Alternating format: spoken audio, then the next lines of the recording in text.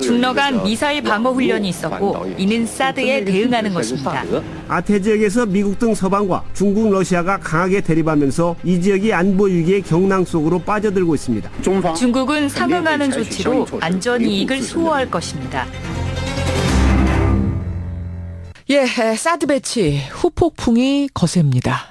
중국과 러시아는 지난 금요일, 그러니까 사드 배치를 결정한 그날부터 당장 우리 대사를 불러서 항의도 하고 성명도 내고 했는데요. 이제 배치 지역까지 발표가 났으니 반발의 수위가 더 높아질 듯하지요. 당장 중국에서 사업하는 분들, 대기업들 발을 동동 구르고 있더군요. 오늘 첫 순서는 이 한중 관계를 중심으로 한 외교 문제를 집중적으로 짚어봅니다.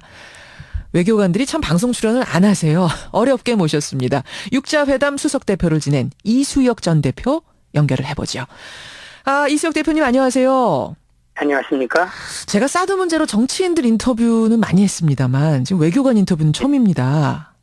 예. 그래서 그러셨군요. 예. 이 질문을 좀 단도직입적으로 드려보고 싶은데요.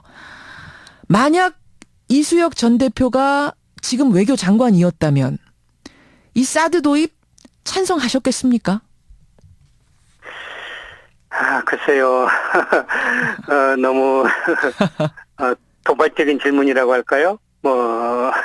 그렇게 들립니다만. 예. 사드 배치소 국익을 위한 합리적 결정이라는 평가를 준다는 데 대해서 회의적인 주장들이 지금 많이 팽배해 있습니다. 예. 다시 말하면 득보다는 실이 많은 결정이라는 그런 주장들이죠. 예. 일견 그들의 주장을 보면은 또한 합리적인 매우 논리적인 측면이 있다 하는 그런 생각을 갖게 있습니다. 그러니까 이수혁 전 대표께서도 뭔가 지금 우리가 모르는 복잡한 게 있을 수는 있겠지만 내가 외교 라인에 있었다면 과연 찬성할 수 있었겠는가 의문이 생긴다 이 말씀이세요.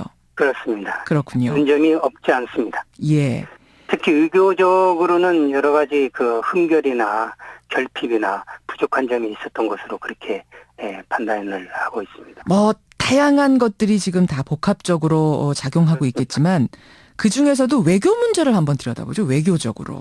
네. 외교를 중심으로 볼 때 사드 배치의 실이 더 많다고 보시는 거예요? 결국은 이 사드가 단지 북한의 핵을 방위하기 위한 것만이 아니고 예. 중국의 그 군사시설 들여다보는 그러한 그 무기 체계이다. 그렇죠. 레이더로. 있어서 흔쾌하게 이 거리만 가지고 자꾸 얘기를 하고 레이더의 방향만 가지고 얘기하고 하는데 그것은 매우 기술적인 거, 초보적 기술적인 얘기를 하는 거고 실제 그런 무기가 할 수 있는 그런 그 들여다볼 수 있는 가능성이 있는 무기 체계를 들여다 놓은 것 자체가 중국으로서는 굉장히 국익에 손상이 오는 거라고 보지 않을 수 없다는 그런 주장을 중국은 지금 하고 있는 것이죠. 그런데 중국 주중 대사나 유일호 총리는 이렇게 말합니다. 중국이 그렇다고 해서 우리한테 무슨 무역 보복을 한다든지 보복을 하진 않을 거다. 이 얘기를 지금 연이을 하고 있거든요. 어떻게 보세요? 그것은 아마 희망사항을 언급하고 있는 거겠죠. 희망사항? 예. 그건 과거에 그 마늘파동 때도 우리가 봤지 않습니까? 마늘파동. 그 얼마 되지도 않는 마늘에 대한 관세를 우리가 부과했다고 그래가지고 우리 얼마나 치명적인 공업 분야에서의 그 타격을 입었죠. 타격을 입었으니까. 또 강대국은요. 강대국은 자기가 하고자 하는 행동을 얘기를 해놓고 허언으로 만드는 경우가 많지 않습니다. 많지 않다고요? 실천을 한다고요? 실천을 합니다. 그 1970 몇 년인가요? 그 베트남을 가리키겠다 해가지고 침공해버린 일이 있습니다. 있죠. 예. 심하면 군사보복으로까지도 이어질 수 있다고 보세요? 경제보복을 넘어서? 저는 중국이 이권을 가지고 군사보복을 하겠는가. 한반도에 끝까지 이걸 위기적으로 해결하려는 노력을 계속할 거로 그렇게 생각합니다. 그렇게 보시는 군사까지 얘기하는 건 과하지만 경제보복은 허언에 그치지 않을 것이다. 어쨌든 중국하고는 좀 거리가 생기지만 미국하고 가까워지지 않느냐. 우리가 어느 쪽 한쪽이라도 확실하게 줄 서는 게 낫지 않느냐. 한미 공조를 단단히 하는 게 유리한 거 아니겠느냐. 이렇게 보는 의견들도 있는데요. 예, 편승하는 건데 그게 비용도 적게 들고 가장 편하죠. 그지만은 예. 우리가 득실을 또 계산을 해야 되지 않겠습니까? 그렇죠. 그래서 여기에서 이제 냉정한 계산도 하고 또 국민 감정도 매우 중요합니다. 국민 감정이요. 감정도. 알겠습니다. 근데 무엇보다도 국익의 최상의 가치는 예. 생존입니다. 생존. 우리 생존, 서바이벌 문제이죠. 음흠. 우리가 생존이 이태롭고 국민의 그 안보, 생명 이런 것에 치명적이 될 수 있다면은 그 어떤 방법도 선택을 해야 되겠죠. 하지만 지금의 이런 국면이 그런 상황이냐? 그런 거 다 무시하고라도 지금 한미 동맹 외교에 전력을 투구해야 될 테냐 하는 것은 다시 봐야 되겠다는 것이 이제 또 다른 반대하는 입장에 서 있는 사람들의 주장입니다. 지금 그 말씀 쭉 들으면서 종합해 보니까 이수혁 전 대표가 지금 외교장관이었으면은 끝까지 반대하셨겠네요. 글쎄, 저에게 그럴 용기가 있을지는 모르겠습니다만은 이론적이거나 용기가 있다면 예. 합리적인 논리로 한다면은 잠깐만 기다려 봅시다. 조금 더 심사숙고해 봅시다. 조금 지연해 봅시다. 건설적으로. 그러면서 중국도 더 설득해보고 러시아도 더 설득해보고 예.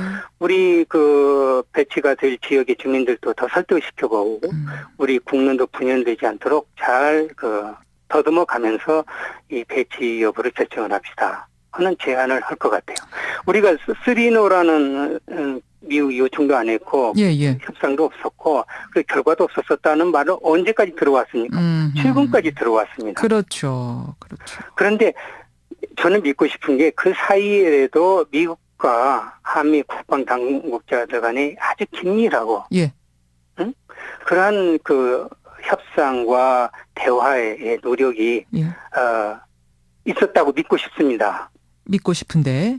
예, 믿고 싶은데 근데 모든 게 너무 갑자기 결정이 됐고 하기 때문에 미국이 일방적으로 우리의 팔을 비트는 거 아닌가 하는 어떤 그런 의구심도 너무 순간적으로 들 수밖에. 그리고 또 최근에도 이거 결정 과정에서 얼마나 그 국방장관이 오락가락하고 결정되지 않았다고 하는 말이 바뀌고 며칠 전 얘기였습니다. 예. 근데 이걸 국민을 이게 비밀 공작으로 처리할 문제들이 아닌 비밀 공작으로 처리할 문제가 아니다. 그러면 왜 미국이 이렇게 급하게 우리 팔을 비틀었을까요?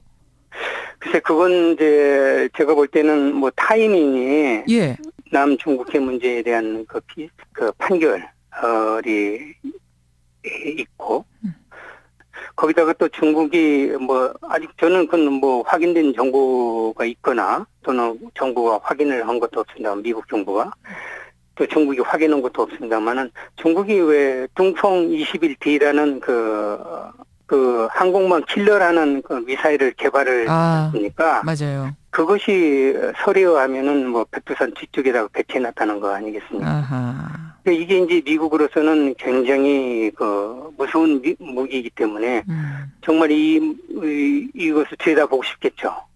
들여다보고 싶어서. 그러니까 그런 목적도 있고. 레이더로 들여다보고 싶어서. 이런 상황들이 뭐 이런 걸로 해가지고 중국에 대한 압박의 수위를 지금 높여야 된다고 판단을 했었을 걸로 그런 생각을 하게 됩니다. 그렇군요. 그래서 우리 발을 비틀었다.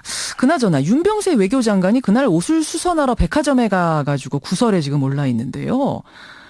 아니 진짜 사드 발표를 알면서도 백화점에 갔다면 이거 외교부가 너무 안이했던 거고 그게 아니라면 혹시 외교부가 최종 결정 과정에서 급박하게 돌아가는 과정 속에서 소외됐던 건 아닌가.